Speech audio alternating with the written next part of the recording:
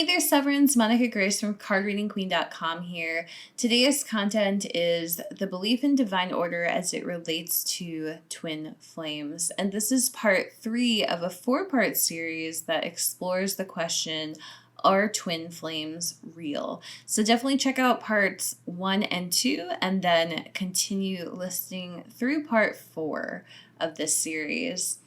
So before I get into the content, I just want to quickly say that my new book, Your Twin Soul Journey, is on pre-order. It's dropping in September. And the reason this is so important is that this series about whether, how to know if twin flames are real is something that I spend a lot of time talking about in the book, Your Twin Soul Journey. So I go through everything that's in this 4-part series in much more detail, and I explain it really step by step and point by point to help you go deeper with your understanding of twin flames or twin souls. I use those terms interchangeably, and then I'm certainly not trying to prove that twin souls exist. I don't think that's possible, but I do want to show you the history of and the foundations of knowledge that have led us to twin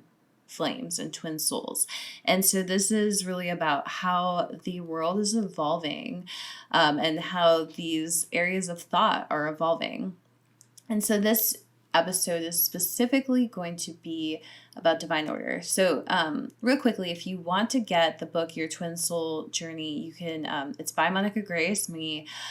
You can search for that, and there's also going to be links in the description. So definitely pre-order if you're reading an ebook. If you're reading in paperback, it'll be available for purchase soon. And then if you are interested in the audiobook, that is probably not going to be out till 2021.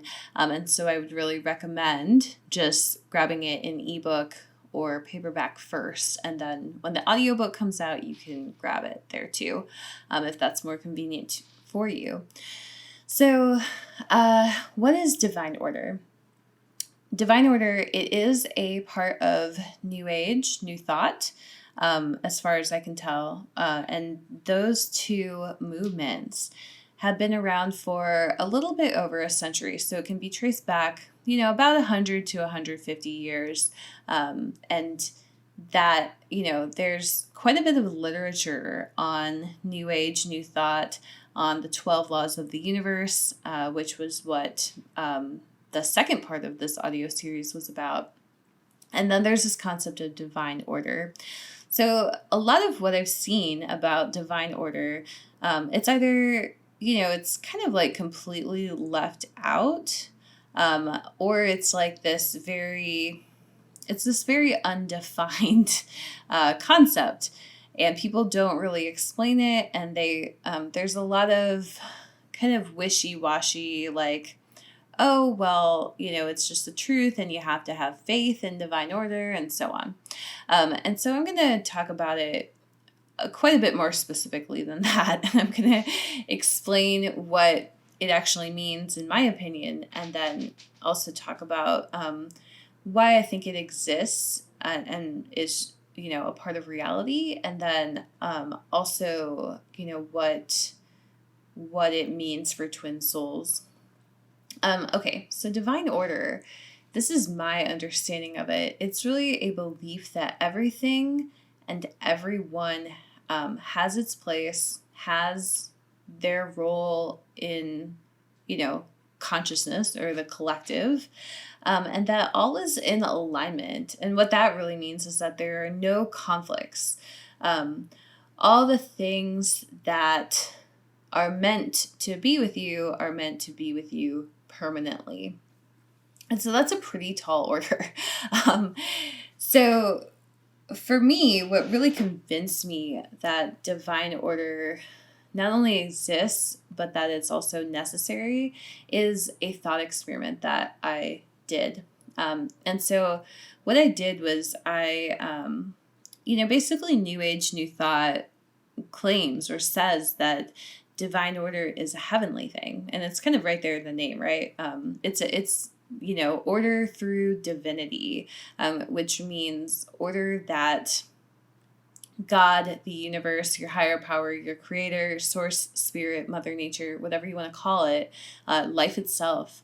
It's a specific order that is, I don't know, decided upon or created by your higher power.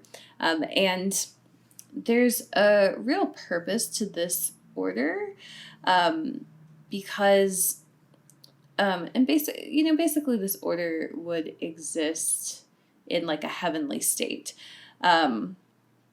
Order as a word, it specifically means that there is no conflict, and that is very important, not just on the twin soul journey, but really if you consider heaven itself. So if you believe in heaven, and you believe that heaven is the place where you will receive full abundance, where you will never have a need, a want, or a desire, and where, because they'll all be met immediately, and also where you receive unconditional love. So that's kind of the heaven that I have always learned, through religion, through societal stories. Like I don't know what other definition of heaven there is. It's meant to be like a paradise, and it's meant to be, you are happy there. You can have everything you want. You have peace. You have love. And it's like fully abundant and meeting all your needs that you don't feel are met on earth. That's how that's how I think of every major institution, and like from like religion to like Hollywood, everybody kind of believes in some version of that as heaven. So, in heaven, divine order is necessary. And the reason it's necessary is because of conflict. So you cannot have conflict in heaven, or else it's no longer heaven. So, for example, if in heaven two people could claim the same twin soul.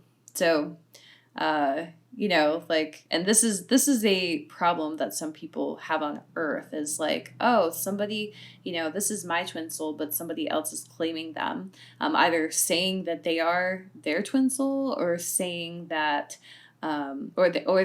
they're like married. So I believe this person is my twin soul, but they're married to somebody else, or they're in a relationship with somebody else. It's like two people trying to claim the same person. So if you believe that's possible in heaven, then you're basically believing in a lot of things that are not very heavenly. So one would be control, like you can pick your twin soul. That doesn't make sense, because like two people could pick the same person. So if you get to decide who your twin soul is, then there's no way that everybody would decide in a way that created no conflict. Another thing would be competition. So two people claiming the same twin soul would immediately put them in competition with each other. Competition begets scarcity, because one person has to win and one person has to lose. So already this is not really sounding like the heaven we've described, right?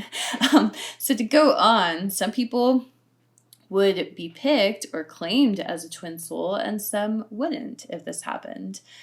So there would be some people who they never got claimed by anybody as a twin soul.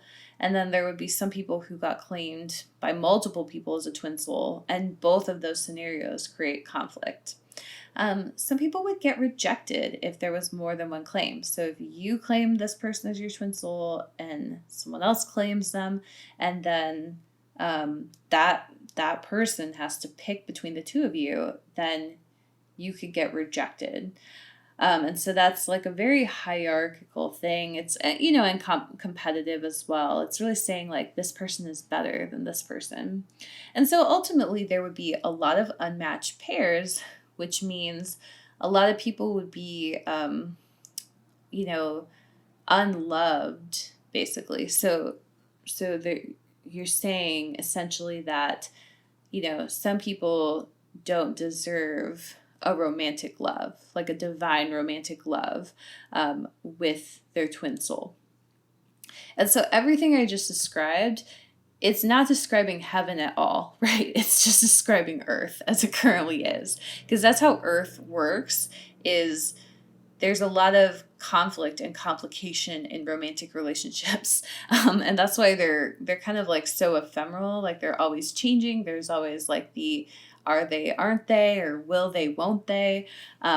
There's lots of competition over relationships. There's lots of people who get left out of relationships and just never have that deep romantic connection with somebody. And just kind of have to, they never met anyone. Like I know people who have never even met anybody to have a romantic relationship with. And so they believe that they're happy single, and that's great. Maybe they are happy single, or maybe they're meant to be happy single.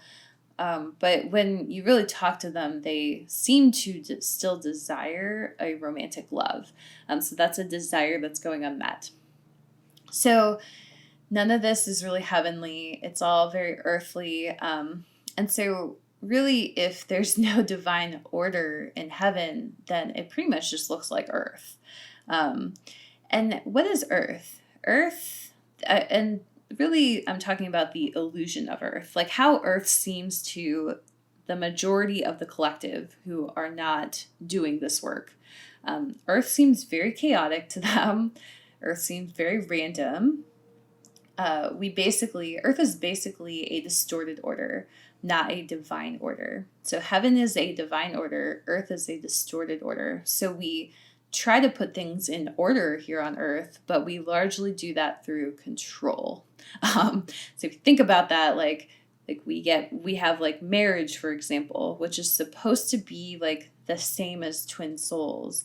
It's supposed to be like a physical representation of the spiritual connection between twin souls, and it's not. It's actually just this man-made thing that has a lot of rules, both legal and societal. And so we're trying to like control the twin soul connection through marriage. And there's so many other things, right? Like any relationship you have that is defined, like if that person, does something that is not acceptable in that relationship, then there's like a breakup. So it's just like, and it's actually the same with everything. So like homes and land, for example, we try to control that stuff with contracts. Abundance, we try to control that with money. So it's like all these things that we are trying to create order, but it's a distorted order as opposed to a divine order. And that really just means that like there are some things that are divine about it, and then there are some things that are toxic about it. So there's this concept of new earth that is talked about in spiritual communities, and the goal of new earth is really to bring heaven to earth. And so another way to say that is the goal of new earth is to bring divine order to earth. And so what is that? What is divine order?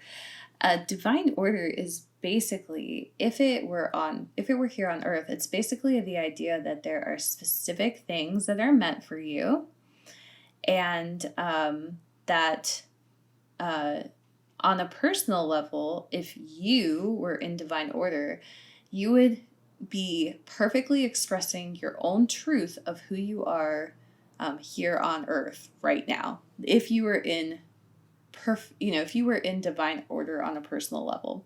And so what does that really mean? It means like you would be with your twin soul, because that is your perfect partner. So that's your heavenly partner. And that is through, it's because there can be no conflict in heaven. So if there's no conflict in heaven, then the only way for that criteria to be met is if you had a perfect love, and that perfect love was yours and no one else's. Like nobody else could be able to claim that perfect person for you. And the reason you have that perfect love is because you desire it. Like you want to experience your higher power, like God or source or the universe. You want to experience that through romantic love. So if you believe in divine order, you have to have a twin soul, because heaven doesn't work. Heaven breaks down very quickly if twin souls don't exist in heaven. And it's the same with your divine purpose. So this one may be a little bit easier to wrap your head around. Everybody has a divine purpose, has that thing that they are meant to be doing in their life. So we also call this like a career or whatever, but it doesn't have to be. Your divine purpose could be to be a mother or a father. Your divine purpose could be to, just enjoy your life. Like, you may not have a task as part of your divine purpose. And then it could also be a career or something. So like my divine purpose is, pretty much to make like this audio series. That's pretty much my divine purpose, and to like write books and make courses and stuff like that. And I am doing my divine purpose. So that is one area of my life that I have put in divine order on a personal level. And the same is true of like your dream home, your perfect weight, or your perfect expression of beauty. And I actually think your perfect expression of beauty is like one of the easiest ways to understand that, which is that you have like a perfect weight for yourself that is like that makes you feel good, that's comfortable, not so not so low that you feel sick and like have headaches and you're essentially treating yourself terribly, like have a bad relationship with food maybe, or a toxic relationship with exercise, or you're ill. So that would maybe like drop your weight below what is ideal for you. And then gaining weight, like being overweight, is going to, it causes its own problems like illness, just discomfort. Also, like you're not really expressing your beauty to the fullest. So you have your own perfect weight and your own expression of other things. So this could be like you have an ideal hair length, for example, a hair length that makes you feel really good and is perfect for you, a perfect way in which to express yourself, and it's like so bringing your body into divine order would be the perfect expression of your body. So your perfect weight is going to be very different than someone else's perfect weight because you have different bodies. But both of you are able to fully express yourselves and fully express your beauty in divine order without conflicting with each other. And so this is like very easy to see because this is actually true here on Earth. Like, it's very easy to see on Earth how that works. With some of these other ones, we're very mired in like the illusion of competition, basically. So we think like with our career, we think, oh, well, wouldn't it be great like if everybody could just be like an artist, for example, like everybody's creative and everybody would rather be an artist, and then we would have nobody who like takes out the trash. And I don't believe that's true. I believe that there are some people who enjoy being a trash, person who picks up trash, or like a garbage man. And that it's fine. I believe most people would not like to be an artist or to be doing the job that I'm doing right now. I would think a lot of people would not really enjoy this job. Most people would not enjoy this job. And so I personally believe in divine order across all areas, including twin souls, because it has to exist that way in heaven. And so Earth is just, and really like non-heaven. It's really just saying that it's like an illusion of chaos. So Earth feels very chaotic. It feels, we're mired in competition and scarcity and control. And because of that, it's very difficult for us to see divine order, even though divine order is necessary and natural, and very obviously how our higher power created us, because he couldn't, basically heaven can't exist without it, I guess. So again, if you don't believe in heaven, then you can discount divine order as well. But if you do believe in heaven, it's very challenging, in my opinion, to discount the need for divine order.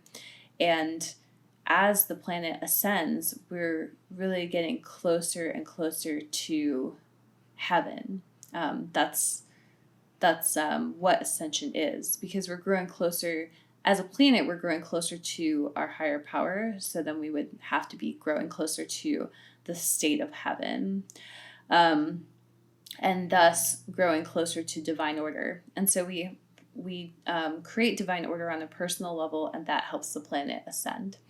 So, like I said, divine order, it is a concept in it's a critical concept for twin souls. It is a concept in New Age and New Thought, but I also believe that this is a key component of why New Age and New Thought is actually evolving still from the current literature on it, because a lot of it does not incorporate divine order. So, for example, the way the law of attraction is taught in many cases is you can manifest anything you want.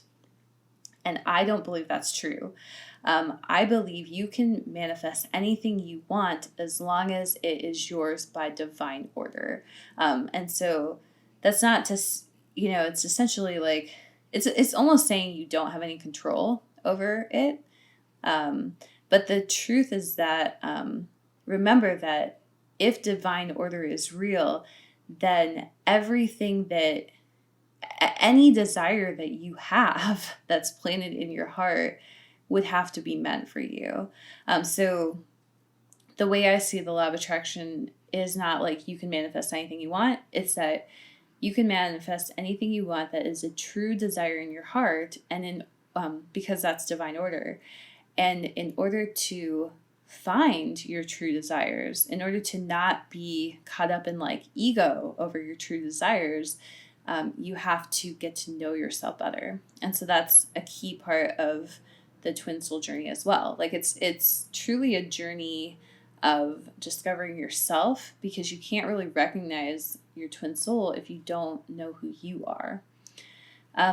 So I hope this is helpful. I think I've rambled on long enough about this. And again, there's so much to talk about regarding divine order and to go deeper in. So definitely check out my book, Your Twin Soul Journey, if this has been interesting to you. And we go so much deeper into this topic in the book. And again, I lay everything out, everything that I'm talking about in this series, which the series is great as well, but everything I'm talking about in this series, I go step by step through in the book for about 4 to 5 chapters, out of, I think it's 13 chapters total. So definitely check it out. And I hope this has been helpful to you. Thank you so much for watching and listening, and check out the rest of the series as well. And thank you so much for listening. Have a beautiful and blessed day. Wishing you could get solid information on how to navigate your twin soul journey? Make sure you check out my book related to this episode called Your Twin Soul Journey, A Guide to Experience Eternal, Unconditional, Harmonious, Embodied Love and Union with Your Divine Partner. In the book, you'll learn the cornerstone concepts you must understand to embark on this journey, the truth about the twin soul stages, and my own personal roadmap to finding your unique way through this journey, how to heal quickly through any separation blocks you are facing on your twin soul journey, and answers to all your most pressing questions about twin soul purpose, twin soul telepathy, and twin soul myths. You can find the book, Your Twin Soul Journey, at all the major retailers, or find links in the description to learn more. And don't forget to check out the rest of the books in the Twin Soul Hearts and Union series.